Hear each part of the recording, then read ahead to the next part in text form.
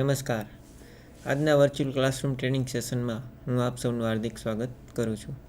આજે હું ઇલેક્ટ્રિશિયન ટ્રેડમાં ચાલતા ઇન્ડક્ટન્સ, કેપેસિટન્સ અને પાવર ફેક્ટર વિશે આપ સૌને માર્ગદર્શિત કરીશ. ઇન્ડક્ટન્સ, કેપેસિટન્સ અને પાવર ફેક્ટર, આ ત્રણ વસ્તુ સમજતા પહેલાં આપણે એક નાની એસી સર્કિટ કોને કહેવાય એના વિશે થોડું સમજણ મેળવીએ. એસી સર્કિટ, જે સર્કિટના સાધનોને ઓલ્ટરનેટિંગ વોલ્ટેજ સાથે જોડેલા હોય તેવી સર્કિટને એસી સર્કિટ કહેવામાં આવે છે. આ સર્કિટમાંથી એસી વીજ પ્રવાહનું વહન થાય છે. ડીસી સર્કિટમાં માત્ર રેઝિસ્ટન્સનો એટલે કે અવરોધનો જ ગુણ હોય છે, જ્યારે એસી સર્કિટની અંદર રેઝિસ્ટન્સ સિવાયના બીજા બે ગુણ હોય છે, જે એક ઇન્ડક્ટન્સ અને બીજું કેપેસિટન્સ છે. ઇન્ડક્ટન્સ એટલે પ્રેરકતા અને કેપેસિટન્સ એટલે વીજધારિતા. હવે ઇન્ડક્ટન્સ એટલે શું? એસી સર્કિટમાં કોઇલ જોડવામાં આવે છે ત્યારે વીજ પ્રવાહની કિંમતમાં ફેરફાર થવાથી સેલ્ફ અથવા તો મ્યુચ્યુઅલ ઇન્ડક્ટન્સ ઉત્પન્ન થવાના કોઇલના ગુણને ઇન્ડક્ટન્સ કહેવામાં આવે છે. તેનો એકમ હેનરી છે, જેને H વડે દર્શાવી શકાય, અને એની સંજ્ઞા L વડે દર્શાવવામાં આવે છે. ઇન્ડક્ટન્સ ઇન્ડક્ટર દ્વારા ઉત્પન્ન થાય છે, મતલબ કે ઇન્ડક્ટન્સ છે એ કોઇલ દ્વારા ઉત્પન્ન થાય છે. કોઇલની અંદર સેલ્ફ અથવા તો મ્યુચ્યુઅલ ઇન્ડક્ટન્સને હિસાબે જે પ્રોડ્યુસ થાય છે એને ઇન્ડક્ટન્સ કહેવામાં આવે છે. ઇન્ડક્ટિવ રિએક્ટન્સ, કોઇલના ઇન્ડક્ટન્સના ગુણને કારણે વીજ પ્રવાહમાં વહનમાં થતા અવરોધને ઇન્ડક્ટિવ રિએક્ટન્સ કહેવાય. ઇન્ડક્ટિવ રિએક્ટન્સ કેને કહેવાય? તો કે કોઇલ દ્વારા જે વીજ પ્રવાહના વહનમાં જે રૂકાવટ પેદા થાય છે તેને ઇન્ડક્ટિવ રિએક્ટન્સ કહેવામાં આવે છે, જેને એક્સેલ વડે દર્શાવવામાં આવે છે અને ઓહમમાં માપવામાં આવે છે. જો કોઈ કોઇલનો ઇન્ડક્ટન્સ L છે તો તેનો ઇન્ડક્ટિવ રિએક્ટન્સ નીચે મુજબ છે, જે એનું સૂત્ર છે XL = 2πfL, જે XL = ઇન્ડક્ટિવ રિએક્ટન્સ ઓહમમાં, F = સપ્લાય ફ્રીક્વન્સી હર્ટ્ઝમાં અને L = કોઇલનું ઇન્ડક્ટન્સ હેનરીમાં. હવે એસી સર્કિટમાં માત્ર શુદ્ધ ઇન્ડક્ટન્સ. હવે કોઈ પણ સર્કિટની અંદર શુદ્ધ ઇન્ડક્ટન્સ હોતું નથી, પણ એક આઇડલ પોઝિશન છે કે આપણે એને આઇડલ તરીકે લઈએ છીએ કે ઇન્ડક્ટન્સ માત્ર ઇન્ડક્ટન્સ જ છે, બીજો કોઈ વસ્તુ એની અંદર આવેલી નથી, રેઝિસ્ટન્સ કે કેપેસિટન્સ એની અંદર રહેલું નથી. જ્યારે સર્કિટમાં માત્ર ઇન્ડક્ટિવ લોડ, દાખલા તરીકે ટ્રાન્સફોર્મર, ચોક વગેરે જોડેલ હોય ત્યારે તેવી સર્કિટને શુદ્ધ ઇન્ડક્ટિવ સર્કિટ કહેવામાં આવે છે. આ પ્રકારની સર્કિટમાં વીજ પ્રવાહ અને વીજ પાવરનું સૂત્ર નીચે મુજબ મેળવી શકાય છે. વીજ પ્રવાહ બરાબર V/XL અને વીજ પાવરનો વ્યય P = VI cos phi. હવે V cos phi છે એ cos phi બરાબર R/XL લખી શકાય, પણ શુદ્ધ ઇન્ડક્ટન્સ સર્કિટ છે, ઇન્ડક્ટિવ સર્કિટ છે, મતલબ કે એની અંદર રેઝિસ્ટન્સ 0 હોય છે. રેઝિસ્ટન્સની કિંમત 0 મૂકશો તો cos phi 0 થઈ જશે, મતલબ કે વીજ જે પાવર છે, વ્યય છે એ 0 થઈ જશે. તો ઉપરોક્ત સમીકરણ ઉપરથી આપણે એટલું જાણી શકીએ કે શુદ્ધ ઇન્ડક્ટિવ સર્કિટનો પાવર વ્યય 0 થાય છે, કારણ કે શુદ્ધ ઇન્ડક્ટિવ સર્કિટમાં રેઝિસ્ટન્સની કિંમત 0 હોય છે. આવી સર્કિટમાં માત્ર ઇન્ડક્ટન્સનો ગુણ હોવાથી ઇન્ડક્ટરમાંથી પસાર થતો વીજ પ્રવાહ છે એ વીજ દબાણ કરતાં 90 ડિગ્રી પાછળ રહે છે, એટલે કે વીજ પ્રવાહ વીજ દબાણ કરતાં 90 ડિગ્રી લેગ હોય છે. એસી સર્કિટમાં માત્ર શુદ્ધ ઇન્ડક્ટન્સની એક નાનકડી ફિગર અહીંયા આપેલી છે. આની અંદર આપણે જોઈ શકીએ કે એક વોલ્ટેજ સોર્સ છે. વોલ્ટેજ સોર્સની સાથે એક કોઇલ જોડેલી છે, જેને L વડે દર્શાવેલી છે. અહીં એના વેવફોર્મ આપેલા છે. કરંટ, આ જે પેલું છે એ વોલ્ટેજનું વેવફોર્મ છે અને લાસ્ટમાં જે છે એ કરંટનું વેવફોર્મ છે. મતલબ કે કરંટનું વેવફોર્મ છે એ વોલ્ટેજ કરતાં 90 ડિગ્રી પાછળ રહે છે. અહીં આપણે જોઈ શકાય છે કે આ 0 પોઝિશનથી ચાલુ થાય છે વોલ્ટેજનું સિગ્નલ, અને જે કરંટનું સિગ્નલ છે એ એની પાછળ 90 ડિગ્રીથી સ્ટાર્ટ થાય છે. મતલબ કે કરંટ છે વોલ્ટેજ કરતાં 90 ડિગ્રી લેગ રહે છે. લેગ એટલે પાછળ રહે છે. અહીં એનો ફેઝર ડાયાગ્રામ આપેલો છે. વોલ્ટેજ V દર્શાવેલો છે 0 ડિગ્રી ઉપર, અને કરંટનો જે સિમ્બોલ છે એ 90 ડિગ્રી પાછળ રહે છે. એટલે જે આ વચ્ચે ખૂણો બને છે એ 90 ડિગ્રીનો બને છે, જેને લેગિંગ કરંટ પણ કહી શકાય. શુદ્ધ ઇન્ડક્ટિવ સર્કિટના ગુણો. વીજ પ્રવાહ એ વીજ દબાણથી હંમેશા 90 ડિગ્રી પાછળ રહે છે. વીજ પ્રવાહની કિંમત આ ઇઝિકલ ટુ વીના છેદમાં એક્સેલ વડે શોધી શકાય છે. મતલબ કે કરંટની કિંમત શોધવી હોય તો આપણે વોલ્ટેજ એને ડિવાઇડેડ આપણે એક્સેલથી કરશું, ઇન્ડક્ટિવ રિએક્ટન્સથી કરશું તો આપણે કરંટની કિંમત મળી જશે. સરેરાશ શક્તિનો વ્યય શૂન્ય હોય છે. જો શુદ્ધ ઇન્ડક્ટિવ સર્કિટની અંદર રજિસ્ટિવ ગુણ હોતો નથી. રેઝિસ્ટન્સ 0 હોય એને હિસાબે કોસ ફાઈ 0 થાય અને પાવર વ્યય આપણો જે છે એ શૂન્ય થાય છે. કેપેસિટન્સ. એસી સર્કિટમાં કોઈ કેપેસિટરને જોડવામાં આવે છે ત્યારે તે પોતાનામાં ચાર્જ સંગ્રહ કરે છે. કેપેસિટરના આ ગુણને કેપેસિટન્સ કહેવામાં આવે છે અને તેનો સી વડે દર્શાવવામાં આવે છે અને તેનો એકમ ફેરાડે છે.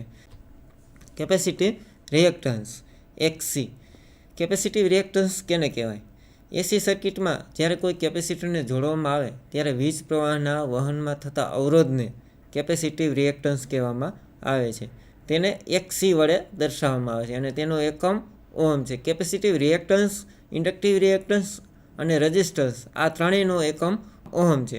જો કોઈ કેપેસિટરનો કેપેસિટન્સ સી હોય તો તેનો કેપેસિટિવ રિએક્ટન્સ શોધવા માટેનું સૂત્ર છે XC is equal to 1/2π fC. હવે XC is equal to capacitive reactance ઓહમમાં, f is equal to supply frequency હર્ટ્સમાં, સી કેપેસિટરનું કેપેસિટન્સ ફેરાડેમાં લેવામાં આવે છે. હવે એસી સર્કિટમાં માત્ર શુદ્ધ કેપેસિટન્સ. આપણે વિચારીએ કે કોઈ પણ સર્કિટ છે એની અંદર રજિસ્ટિવ લોડ કે ઇન્ડક્ટિવ લોડ નથી, માત્ર શુદ્ધ કેપેસિટન્સવાળી સર્કિટનો વિચાર કરીએ આઇડલ પોઝિશનની અંદર, ત્યારે એની અંદર શું બને છે? જ્યારે સર્કિટમાં માત્ર કેપેસિટિવ લોડ, દાખલા તરીકે કેપેસિટર જ જોડેલું હોય, ત્યારે તેવી સર્કિટને શુદ્ધ કેપેસિટિવ સર્કિટ કહેવામાં આવે છે. આ પ્રકારની સર્કિટમાં વીજ પ્રવાહ અને વીજ પાવર વ્યયના જે સૂત્રો છે એ નીચે દ્વારા મેળવી શકાય છે. વીજ પ્રવાહ બરાબર વીના છેદમાં XC, V divided by XC. વીજ power P is equal to VI cos phi. VI cos phi છે, કોસ ફાઈ બરાબર આર ડિવાઇડેડ બાય એક્સસી. હવે શુદ્ધ કેપેસિટિવ સર્કિટ છે તો એની અંદર રેઝિસ્ટન્સ 0 હોય છે, તો રેઝિસ્ટન્સ આરની કિંમત 0 મૂકશું તો કોસ ફાઈની કિંમત 0 થશે. કોસ ફાઈની કિંમત 0 થવાને હિસાબે સૂત્ર, પાવરનું જે સૂત્ર છે વીઆઈ કોસ ફાઈની જગ્યાએ આપણે 0 મૂકશું તો જે પાવર જે છે એ આપને 0 મળશે. પાવરની કિંમત શૂન્ય થઈ જશે. તો ઉપરોક્ત સૂત્ર ઉપરથી આપણે એટલું જાણી શકીએ કે શુદ્ધ કેપેસિટિવ સર્કિટમાં રેઝિસ્ટન્સની કિંમત શૂન્ય છે. આવી સર્કિટમાં માત્ર કેપેસિટન્સના ગુણ હોવાથી કેપેસિટરમાંથી પસાર થતો વીજ પ્રવાહ વીજ દબાણ કરતાં 90 ડિગ્રી આગળ રહે છે. એટલે કે વીજ પ્રવાહ વીજ દબાણ કરતાં 90 ડિગ્રી લીડિંગ હોય છે. અહીં એસી સર્કિટમાં શુદ્ધ કેપેસિટન્સની એક ફિગર આપેલી છે કે જે આ જે છે વોલ્ટેજનો સિમ્બોલ છે, વોલ્ટેજ સોર્સનો સિમ્બોલ છે, આ કેપેસિટરનો સિમ્બોલ છે. ખાલી કેપેસિટર જોડેલું હોય છે કોઈ પણ સર્કિટની અંદર શુદ્ધ કેપેસિટન્સ, ત્યારે તેની અંદર તેના વેવફોર્મ કેવા હોય છે તે અહીં દર્શાવેલા છે કે જે વોલ્ટેજ છે એ 0 ડિગ્રીથી સ્ટાર્ટ થાય છે અને જ્યારે કરંટ છે એ વોલ્ટેજ કરતાં 90 ડિગ્રી આગળથી સ્ટાર્ટ થશે. એટલે કે વોલ્ટેજ કરતાં કરંટનું જે વેવફોર્મ છે એ 90 ડિગ્રી લીડ હોય છે. એટલે કે શુદ્ધ કેપેસિટિવ સર્કિટની અંદર કોઈ જે લોડ છે, કરંટ છે ઓછો લેશે, કારણ કે કરંટ છે વોલ્ટેજ કરતાં લીડ હોય છે. અહીં ફેઝર ડાયાગ્રામ આપેલો છે, જે કરંટનો સિમ્બોલ આપેલો છે. કરંટ છે એ વોલ્ટેજ કરતાં 90 ડિગ્રી આગળ હોય છે. મતલબ કે વોલ્ટેજનું પ્રેશર વધારે હોય છે. કોઈ પણ સર્કિટની અંદર પ્રેશર વધારે હોય ત્યારે જે કરંટ છે ઓટોમેટિકલી ઓછો લેશે. હવે શુદ્ધ કેપેસિટિવ સર્કિટના ગુણો. વીજ પ્રવાહ હંમેશા વીજ દબાણ કરતાં 90 અંશ આગળ હોય છે. વીજ પ્રવાહની કિંમત આ ઇઝ ઇક્વલ ટુ વીના છેદમાં વી ડિવાઇડેડ બાય એક્સસી સૂત્રથી શોધી શકાય છે. વીજ power W is equal to VI cos phi દ્વારા શોધી શકાય છે. વીજ પાવર છે એ વીઆઈ કોસ ફાઈથી આપણે મેળવી શકીએ છીએ. શુદ્ધ કેપેસિટિવ સર્કિટમાં સરેરાશ પાવર વ્યય શૂન્ય હોય છે. જેવું આપણે આગળ જોયું કે રેઝિસ્ટન્સ શુદ્ધ કેપેસિટિવ સર્કિટની અંદર રેઝિસ્ટન્સ 0 હોય છે, એને હિસાબે જે પાવર વ્યય છે એ શૂન્ય થાય છે. હવે ઇન્ડક્ટન્સ અને કેપેસિટન્સ જોયા પછી હવે આપણે પાવર ફેક્ટર વિશે ચર્ચા કરીશું. પાવર ફેક્ટર કોને કહેવાય? એસી સર્કિટમાં વાસ્તવિક પાવર અને આભાસી પાવરના ગુણોત્તરને પાવર ફેક્ટર કહેવામાં આવે છે. પાવર ફેક્ટર બરાબર એની વ્યાખ્યા મુજબ આપણે વાસ્તવિક પાવર ડિવાઇડેડ બાય આભાસી પાવર કરશું તો PF ઇઝિકલ ટુ વાસ્તવિક પાવરમાં આપણે VI cos phi લખી શકીએ, જ્યારે આભાસી પાવર તરીકે VI લખી શકીએ. એ બે સૂત્રમાં મૂકતા VI બંને નીકળી જશે અને ખાલી આપણે PF એટલે cos phi મળશે. તો ઉપરોક્ત સૂત્ર પરથી આપણે એસી સર્કિટમાં વીજ દબાણ અને વીજ પ્રવાહની વચ્ચે બનતા ખૂણાની કોજિયાને પાવર ફેક્ટર કહે છે. મતલબ કે વોલ્ટેજ અને કરંટ વચ્ચેનો જે એંગલ છે એને આપણે પાવર ફેક્ટર કહી શકીએ છીએ. અહીં એક ફિગર આપેલી છે જેની અંદર એપરન્ટ પાવર, રિયલ પાવર અને રિએક્ટિવ પાવર આપેલો છે. રિયલ પાવર એટલે વાસ્તવિક પાવર, એપરન્ટ પાવર એટલે આભાસી પાવર, અને આ બંને વચ્ચેનો જે ખૂણો એંગલ બને છે જેને આપણે પાવર ફેક્ટર કહીએ છીએ. જે આ રિએક્ટિવ પાવર છે એ બેક EMFની હિસાબે ઉત્પન્ન થતું હોય છે, જે સર્કિટમાં જે મેઇન મુખ્ય પાવરનો વિરોધ કરતું હોય છે. એસી સર્કિટમાં એક્ટિવ અને રિએક્ટિવ કોમ્પોનન્ટ. એક્ટિવ કોમ્પોનન્ટ અને રિએક્ટિવ કોમ્પોનન્ટ કોને કહેવાય? આભાસી પાવરમાં એક્ટિવ અને રિએક્ટિવ પાવરનો સમાવેશ થાય છે. એસી સર્કિટમાં વહેતા વીજ પ્રવાહના બે કોમ્પોનન્ટ હોય છે, બે ભાગમાં હોય છે, એક્ટિવ અને રિએક્ટિવ. એક્ટિવ ભાગ વીજ દબાણના ફેઝમાં હોય છે અને તે ખરેખર ઉપયોગી કાર્ય માટે વપરાતો પાવર છે. એક્ટિવ એટલે મતલબ કે જે ઉપયોગમાં આવે છે તેને એક્ટિવ ભાગ તરીકે દર્શાવવામાં આવે છે. રિએક્ટિવ કોમ્પોનન્ટ વીજ દબાણના ફેઝમાં હોતો નથી, તે ફિલ્ડ બનાવવા માટે વપરાય છે. વીજ પ્રવાહનો આ રિએક્ટિવ ભાગ મેઇન વીજ પ્રવાહને લેગ અથવા લીડ થવામાં મદદ કરે છે, જેને નીચેના સૂત્ર દ્વારા મુજબ દર્શાવાય છે. રિએક્ટિવ કોમ્પોનન્ટ છે IA ઇઝિકલ two I cos phi, જેને KW વડે પણ દર્શાવી શકાય છે. જ્યારે reactive component IB I sin phi, જેને KVA દ્વારા દર્શાવવામાં આવે છે. તેથી active component KVA cos phi, જેને કિલોવોટ વડે આપણે દર્શાવી શકીએ છીએ. Reactive component KVA sin phi, જેને kVAR રિએક્ટિવ વોલ્ટ એમ્પિયર તરીકે દર્શાવી શકીએ છીએ. પાવર ફેક્ટરનો આધાર રિએક્ટિવ કોમ્પોનન્ટ પર રહે છે. જો રિએક્ટિવ કોમ્પોનન્ટને ઘટાડવામાં આવે તો પાવર ફેક્ટરનું મૂલ્ય સુધારી શકાય છે. જ્યારે રિએક્ટિવ પાવરની કિંમત એક્ટિવ પાવર કોમ્પોનન્ટ જેટલી થાય ત્યારે તેને યુનિટી કહેવામાં આવે છે. મતલબ કે યુનિટી પાવર ફેક્ટર તરીકે ઓળખવામાં આવે છે. પાવર ફેક્ટરની કિંમત. હવે પાવર ફેક્ટરનું મૂલ્ય એક હોય છે, તેનો કોઈ એકમ હોતો નથી. પાવર ફેક્ટર 3 પ્રકારના હોય છે: યુનિટી, લીડિંગ અને લેગિંગ. હવે આ ત્રણેય પ્રકાર વિશે આપણે ચર્ચા કરીશું. અહીં ફિગર આપેલી છે, 3 પ્રકાર વિશે આમાં આપેલું છે. જે છે રેઝિસ્ટિવ સર્કિટ છે, બીજી છે ઇન્ડક્ટિવ સર્કિટ છે, ત્રીજી કેપેસિટિવ સર્કિટ છે. રેઝિસ્ટિવ સર્કિટની અંદર પાવર ફેક્ટરની કિંમત 1 હોય છે. મતલબ કે વોલ્ટેજ અને કરંટ વચ્ચે કોઈ એંગલ હોતો નથી, બંને એક જ ફેઝમાં હોય છે, એટલે એને યુનિટી પાવર ફેક્ટર કહેવામાં આવે છે. જ્યારે ઇન્ડક્ટિવ સર્કિટની અંદર વોલ્ટેજ અને કરંટ બંને ફેઝમાં હોતા નથી, બંને અલગ અલગ હોય છે, બંને વચ્ચે એક એંગલ બને છે. જે કરંટનું સિગ્નલ છે એ વોલ્ટેજ કરતાં 90 ડિગ્રી પાછળ રહે છે, જેને લેગિંગ કહેવામાં આવે છે, લેગિંગ પાવર ફેક્ટર કહેવામાં આવે છે, જેની કિંમત 1 કરતાં ઓછી હોય છે. ત્રીજી સર્કિટ છે કેપેસિટિવ સર્કિટ. કેપેસિટિવ સર્કિટની અંદર પણ વોલ્ટેજ અને કરંટ બંને ફેઝમાં હોતા નથી, એ બે વચ્ચે એંગલ બને છે. એ એંગલ ઇન્ડક્ટિવ સર્કિટ કરતાં ઉલટો હોય છે, કે ઇન્ડક્ટિવ સર્કિટની અંદર વોલ્ટેજ કરંટ કરતાં આગળ હોય છે, કરંટ છે વોલ્ટેજ કરતાં 90 ડિગ્રી પાછળ હોય છે. જ્યારે કેપેસિટિવ સર્કિટની અંદર કરંટ છે એ વોલ્ટેજ કરતાં 90 ડિગ્રી આગળ હોય છે. મતલબ કે એને લીડિંગ પાવર ફેક્ટર કહેવામાં આવે છે. લીડિંગ કરંટ છે લીડ કરે છે, વોલ્ટેજના સિગ્નલને આગળ હોય છે. Unity power factor. એસી સર્કિટમાં જ્યારે કેપેસિટિવ રિએક્ટન્સ અને ઇન્ડક્ટિવ રિએક્ટન્સની કિંમત એક સરખી થાય, XC ઇઝિકલ ટુ XL, ત્યારે વીજ પ્રવાહ અને વીજ દબાણ એક જ ફેઝમાં હોય છે, ત્યારે તે પાવર ફેક્ટરને યુનિટી પાવર ફેક્ટર કહેવામાં આવે છે. Power factor is equal to R divided by Z. પરંતુ XC capacitive reactance is equal to XL inductive reactance વખતે R બરાબર Z થાય. તેથી પાવર ફેક્ટર આરના છેદમાં R થશે. Z ઇઝ ઇક્વલ ટુ આપણે R લખી શકશું, આરના છેદમાં R થશે એટલે પાવર ફેક્ટરની કિંમત જે છે આપણે યુનિટી મળશે. લીડિંગ પાવર ફેક્ટર જ્યારે એસી સર્કિટમાં કેપેસિટિવ રિએક્ટન્સ ઇન્ડક્ટિવ રિએક્ટન્સથી વધારે થાય, XC is greater than XL, ત્યારે પાવર ફેક્ટરને લીડિંગ પાવર ફેક્ટર કહેવામાં આવે છે.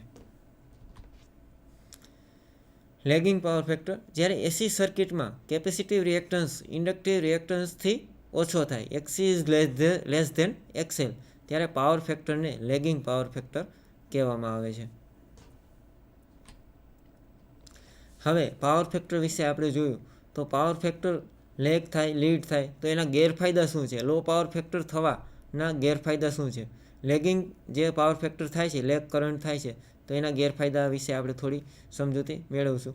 લો પાવર ફેક્ટરથી સર્કિટમાં વીજ પ્રવાહનું મૂલ્ય છે એ વધે છે, જેના કારણે સાધનોનું ઓવરલોડિંગ થાય છે અથવા તો સાધનોનું રેટિંગ આપણે જે છે એ વધારવું પડે છે.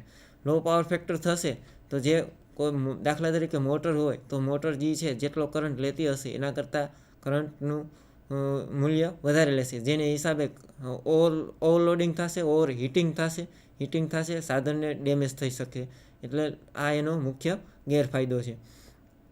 બીજું, સાધનોની કાર્યક્ષમતા ઘટે છે, એફિશિયન્સી છે જે એની ઓછી થાય છે, ઉપભોક્તાનું લાઇટ બિલ વધારે આવે છે. લો પાવર ફેક્ટરને હિસાબે કરંટનું પ્રમાણ વધશે અને કરંટનું પ્રમાણ વધશે તો તમારું જે યુનિટ છે એ યુનિટ વધશે એટલે લાઇટ બિલમાં આપણો વધારો આવે છે.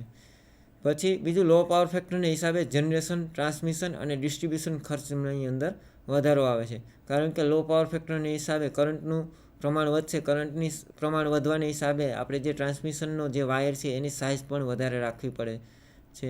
એટલે ઘણા બધા એના ગેરફાયદાઓ છે. હવે લો પાવર ફેક્ટર થવાના કારણો. લો પાવર ફેક્ટર થવાનું કારણ શું હોઈ શકે? લો પાવર ફેક્ટરનું એક મુખ્ય કારણ છે કે ઇન્ડક્ટિવ લોડને હિસાબે જ પાવર ફેક્ટર છે એ લો થાય છે, મતલબ કે લેગમાં જાય છે, જેનું મૂલ્ય 1 હોવું જોઈએ 1 નીચે જાય છે. તો એના ઘણા બધા કારણો છે, એના અમુક કારણો આપણે જોઈશું. કે ઇન્ડક્શન મોટરો, ખાસ કરીને નાની મોટરના વપરાશથી પાવર ફેક્ટર ઘટે છે. ઇન્ડક્શન મોટરને ઓછા લોડ પર ચલાવવાથી પાવર ફેક્ટર નીચો રહે છે. ચોક, કોલ, ટ્રાન્સફોર્મર, વેલ્ડિંગ મશીન જેવા ઇન્ડક્ટિવ લોડના વપરાશને કારણે પાવર ફેક્ટર નીચો રહે છે. ઉદ્યોગમાં વપરાતી ઇન્ડક્શન ફર્નેસ વગેરેનો પાવર ફેક્ટર ખૂબ નીચો હોય છે. લાઇટિંગ માટેના ગેસ ડિસ્ચાર્જ લેમ્પ જેવા કે sodium vapour lamp, mercury vapour lamp, neon lamp, fluorescent tubelight વગેરેને હિસાબે પાવર ફેક્ટર ખૂબ નીચો રહે છે. હવે પાવર ફેક્ટર સુધારવો કઈ રીતે? પાવર ફેક્ટર સુધારવાની રીત. લો પાવર ફેક્ટરને સુધારવા માટે લો પાવર ફેક્ટર કરનાર, લેગિંગ કરંટને નાશ કરનાર સાધનોનો વાપરવામાં આવે છે, વપરાશ કરવો જોઈએ. મતલબ કે જે કરંટ જે લેગ કરંટને લીડ કરવા માટે કેપેસિટર અથવા તો સિંક્રોનસ મોટર કે જે લીડ કરંટ કરે છે એવા સાધનોનો ઉપયોગ કરવો જોઈએ. સપ્લાય લાઇનની પેરેલલમાં કેપેસિટર જોડવાથી પાવર ફેક્ટરમાં સુધારો થાય છે. સિંક્રોનસ મોટરને સપ્લાય સાથે જોડવાથી પાવર ફેક્ટર સુધરે છે. સિંક્રોનસ મોટર છે એને ઓવર એક્સાઇટેડ કરી અને સપ્લાયની સાથે જોડી દેવામાં આવે તો તે પાવર ફેક્ટરમાં સુધારો કરે છે. ઇન્ડક્શન મોટરનો નીચા લોડ પર પાવર ફેક્ટર ઓછો હોય છે. ઇન્ડક્શન મોટર છે એને ઓછા લોડમાં ઉપર ચલાવીએ તો એનો પાવર ફેક્ટર ઓછો હોય છે. તેથી તેને ફૂલ લોડ પર ચલાવવી જોઈએ. જો ફૂલ લોડ પર ચલાવવામાં આવે તો તેનો પાવર ફેક્ટર સુધરે છે. હવે આપણે ઇન્ડક્ટન્સ, કેપેસિટન્સ અને પાવર ફેક્ટર વિશેના થોડા MCQ જોઈશું. તો પહેલો સવાલ છે કે ભારતમાં સપ્લાય ફ્રીક્વન્સી કેટલા સાયકલ પ્રતિ સેકન્ડની હોય છે? તો એનો જવાબમાં આવશે 50 હર્ટ્ઝ જે ફ્રીક્વન્સી છે એ ઇન્ડિયનની સ્ટાન્ડર્ડ છે. અમેરિકાની અંદર કે જે ફ્રીક્વન્સી છે એ 60 હર્ટ્ઝ જેટલી થાય છે. પોતાની કિંમત તથા દિશા સમાન સમય અને અંતર પર બદલે તેને કેવો કરંટ કહેવાય? તો એના જવાબમાં આવશે ઓલ્ટરનેટિંગ કરંટ. પછી ત્રીજો સવાલ છે, ડાયરેક્ટ કરંટ સપ્લાયની ફ્રિકવન્સી કેટલી હોય છે? ડીસી સપ્લાયની ફ્રિકવન્સી કેટલી હોય છે? તો એના જવાબમાં આવશે 0. કેમ કે ડીસી કરંટની અંદર જે સિગ્નલ છે એ ડાયરેક્ટ હોય છે, એમાં સમયની સાથે એની કિંમત બદલાતી નથી, એટલે ડીસી પાવરની અંદર ફ્રિકવન્સી હોતી નથી, ફ્રિકવન્સી 0 હોય છે. જો એસી સપ્લાયની ફ્રિકવન્સી 50 હર્ટ્ઝ હોય તો એક સંપૂર્ણ સાયકલ પૂર્ણ થતાં કેટલો સમય લાગે? 50 હર્ટ્ઝ મતલબ કે 50 સાયકલ પ્રતિ સેકન્ડ, એક સેકન્ડની અંદર 50 સાયકલ પૂર્ણ થતી હોય તો એક સાયકલ પૂર્ણ કરવા માટેનો ટાઈમ જે છે 1/50 કરશું એટલે જવાબમાં આવશે 0.02 સેકન્ડ. બે ફેઝ વચ્ચેના ફેઝ ડિફરન્સને શું કહેવામાં આવે છે? તો એનો જવાબમાં આવશે અંશ. બે ફેઝ વચ્ચેના ફેઝ ડિફરન્સને અંશ વડે દર્શાવવામાં આવે છે. નીચેના પૈકી કયો લોડ રેઝિસ્ટિવ છે? મતલબ કે રેઝિસ્ટિવ લોડના ઉદાહરણ દર્શાવો. તો એના જવાબમાં આવશે ઇન્કેન્ડેશન ટાઈપ લેમ્પ, હીટર, ગીઝર વગેરે જેવા હીટિંગ સાધનો. શુદ્ધ રેઝિસ્ટિવ સર્કિટનો પાવર ફેક્ટર યુનિટી હોય છે. એનું કારણ કે તેમાં માત્ર રેઝિસ્ટન્સનો ગુણ હોવાથી બેક EMF ઉત્પન્ન થતું નથી. બેક EMF ઉત્પન્ન ન થવાને હિસાબે વોલ્ટેજ અને કરંટનો જે એંગલ છે એ શૂન્ય થઈ જાય છે, મતલબ બંને ફેઝમાં રહે છે. શુદ્ધ રેઝિસ્ટિવ સર્કિટનો પાવરનું સૂત્ર વોલ્ટેજ ગુણ્યા કરંટ. વોલ્ટેજ ગુણ્યા કરંટ કરશું તો શુદ્ધ રેઝિસ્ટિવ સર્કિટનો જે પાવર છે W એ આપને મળી જશે, કેમ કે એની વચ્ચે cos phi પાવર ફેક્ટર હોતું નથી. ઓપન સર્કિટનો રેઝિસ્ટન્સ ખાલી જગ્યા હોય છે. કેવો હોય છે? ઓપન સર્કિટનો રેઝિસ્ટન્સ એકદમ હાઈ, મતલબ કે ઇન્ફિનિટી હોય છે. શુદ્ધ રેઝિસ્ટિવ સર્કિટનો પાવર ફેક્ટર કેટલો હોય છે? રેઝિસ્ટિવ સર્કિટનો પાવર ફેક્ટર યુનિટી હોય છે, મતલબ કે 1 હોય છે જવાબમાં. સર્કિટમાં ઇન્ડક્ટન્સ પૂરું પાડવા માટે કયું કોમ્પોનન્ટ વપરાય છે? કોઈપણ સર્કિટની અંદર આપણે ઇન્ડક્ટન્સ પૂરું પાડવું હોય તો એના માટે ચોકનો ઉપયોગ કરવો જોઈએ. ઇન્ડક્ટિવ સર્કિટમાં કરંટ વોલ્ટેજથી લેગ થાય છે. કરંટ જે વોલ્ટેજથી પાછળ રહે છે. ઇન્ડક્ટિવ સર્કિટનો પાવર ફેક્ટર કેવો હોય છે? તો એના જવાબમાં આવશે લેગિંગ. ઇન્ડક્ટિવ રિએક્ટન્સનું સૂત્ર XL = 2πfL. શુદ્ધ ઇન્ડક્ટિવ સર્કિટમાં વહેતા વિદ્યુત પ્રવાહનું સૂત્ર I = V/XL. ઇન્ડક્ટિવ રિએક્ટન્સ XLનો એકમ શું હોય છે? તો એનો જવાબમાં આવશે ઓહમ. ઇન્ડક્ટિવ સર્કિટમાં ઇન્ડક્ટિવ રિએક્ટન્સમાં વધારો થતાં સર્કિટમાં પસાર થતા વીજ પ્રવાહમાં શું થશે? તો એને જવાબમાં આવશે ઘટાડો થાય છે. કયા લોડમાં પાવર ફેક્ટર યુનિટી હોય છે? જવાબમાં આવશે રેઝિસ્ટિવ. 3 પ્રકારના લોડ હોય છે, રેઝિસ્ટિવ, ઇન્ડક્ટિવ અને કેપેસિટિવ.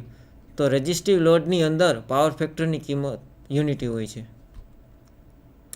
ફ્લોરસન્ટ ટ્યુબમાં કયા કોમ્પોનન્ટને કારણે પાવર ફેક્ટર લેગિંગ હોય છે?